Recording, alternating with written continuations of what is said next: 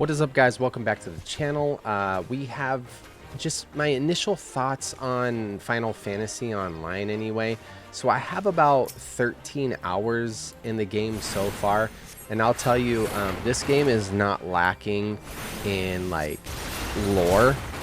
It is full of cutscenes, dialogue, and it's not voiced over. You gotta read like most of it, but it is full of just story, backstory, like all kinds of stuff, right? So I would say too that my first impression of the game is like it's a great game. However, it's definitely geared towards like a PC. So I do think if you're one of those people who have both, you know, a PC and a console, and you have the opportunity to purchase the game, I would do it on the PC, because you could see like on the bottom right here, I'm looking for my emotes. I got an emote, and I forgot where they're at. So they're here on L2. I got to hit emote, and then I got to emote these things down here. So I got to use the soothe emote. Trying to look for it, but you could see like how cumbersome it is. Okay, so 5 minutes remain to complete. Okay, so I got that going. So this is kind of like the struggle with this. So L2 pops up this side, R2 pops that side up, and then R1 completely switches everything down there, and then you have two whole sets of skills. It's pretty overwhelming at first. I'm 13 hours into the game, and I'm still like learning the controls and whatnot. And then so I need to actually move it, because I only got like 4 more minutes left. But then you gotta like hit like on the D-pad and lock onto people like this dude, and now I can like cast spells on him. So I'll cast like one more spell, and then I gotta hit like R1 and then L2 and then look for my emotes, and then we're gonna use soothing on him again. So there's 2. I gotta do it 2 more times. But now, could you imagine like doing this in a dungeon though, and you're in a group, right, with some friends, and I'm like the healer, so I gotta toggle through like these people and get to my guy that I need to heal, and it can be difficult. So I went on this like mission where it teaches you how to like use your skills and stuff, and unfortunately I was letting my guy die.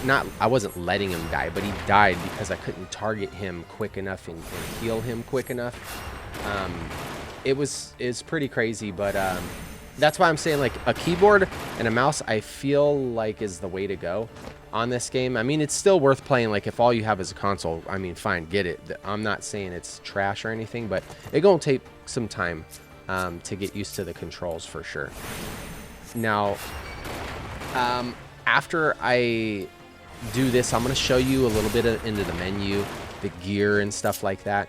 So we got to do emotes, boom, soothe. Okay, so we need one more. I have about 3 minutes left to complete this. Whoa, see what I'm saying? I forgot to switch over to this set of skills. And then let's see, we're gonna hit R1, switch to emotes, boom, soothe. Okay, cool, we did it. All right, return. Okay, we're gonna return. Okay, now I'm gonna dig a little deeper into like the inventory and stuff like that now. So you got your compass on the top right, you got your skills on the bottom of that, you know, or not skills, but your like missions or quests or whatever that you're doing currently. That's pretty standard across a lot of RPG games. That's, you know, not a big deal. But here's where it gets a little weird, because you got to hit the touchpad, and then you'll see like your cursor will toggle around the screen to different things. And then I don't know, I could turn chat off, I can open various things. You can even use the mouse like this, or the touchpad, to move the cursor around, and that's very PC like, right? So I'm gonna close the chat window again, and then hitting square Oh, see, I got to get out of that view. See, I was locked into him. Now I can hit square. Boom. Here's the map. This is the most zoomed in view of the map. You can see the little town that I'm in and all the icons. And these little purple ones are like, what are they, like public events? So you and a bunch of random people can just run up, not even have to party invite or anything, and just kill like little bosses, which is pretty cool. And then the blue icons are dungeons on the map. I have yet to do one. I think you got to be level 20. I'm 18, so I'm pretty close there. And then, so me and my buddy, we started playing this a couple days ago. I'm a healer, so I only have one destruction spell, and it's taken me a while to get to 18. I'm 13 hours in, level 18. He, on the other hand, though, is like level 23, 24, something like that. So he's flying through the game real quick because he's just like killing stuff and moving. He's got AoE spells and whatnot. So he's getting through it very fast. We have yet to do like a dungeon or anything together. We barely just yesterday were able to link up and kind of do some missions together, but like some of them you can't be in a party for. So I was kind of sad there. We've just been like in a chat playing the game together, but not like together. So hopefully once we're like level 20, we could start doing dungeons and stuff together. Let me know in the comments section. Like later on in the game, I'm sure like playing with friends is going to be much better. But as of right now, 13 hours in, it's still a bunch of dialogue, learning your character and whatnot. When you hit the options button, you're going to be greeted with this huge menu with just, oh my God, so many things. So under the character tab, you got actions and traits. This is where you see your like spells, I call them, or whatever. They call them actions, but these are my like spells. And then you have role, which is your role specific ones. So these are my like healer ones, or they call it conjuring or conjurer. Your traits, and then your duties. Performance orders are still grayed out. Don't know. I'll get there eventually.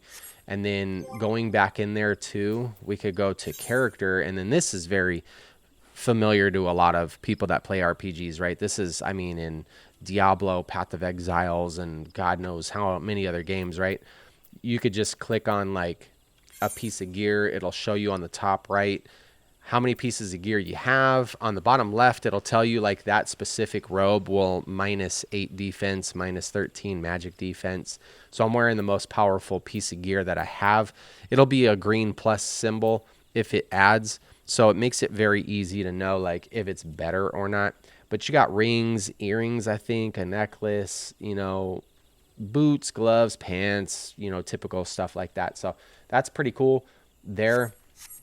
So, I mean, the game overall, not bad. It just takes a little bit of time to get used to on a controller. I think the keyboard and mouse is the way to go. So if I had a gaming PC and I had the option, I would have got this on the PC for sure. Still worth playing on the console though. I got to dig a little deeper into it. I'm at the point though in the game where I'm skipping all the dialogue. It was just taking me too long to read all that stuff. I'm not that kind of guy. I like to just get in there, kill some stuff, play with my friends, and not have to read a bunch of stuff. Who knows? I'm hoping later on in the game it's just a bunch more queuing up for dungeons, killing some stuff, and you know whatnot. But let me know your thoughts below. If you made it this far in the video, I think it deserves a thumbs up. Yeah. Maybe sub to the channel for more videos like this. We're gonna make some more on this game, some other games. You know, build a little gaming community out of it. I look forward to seeing you guys in the next one. Peace.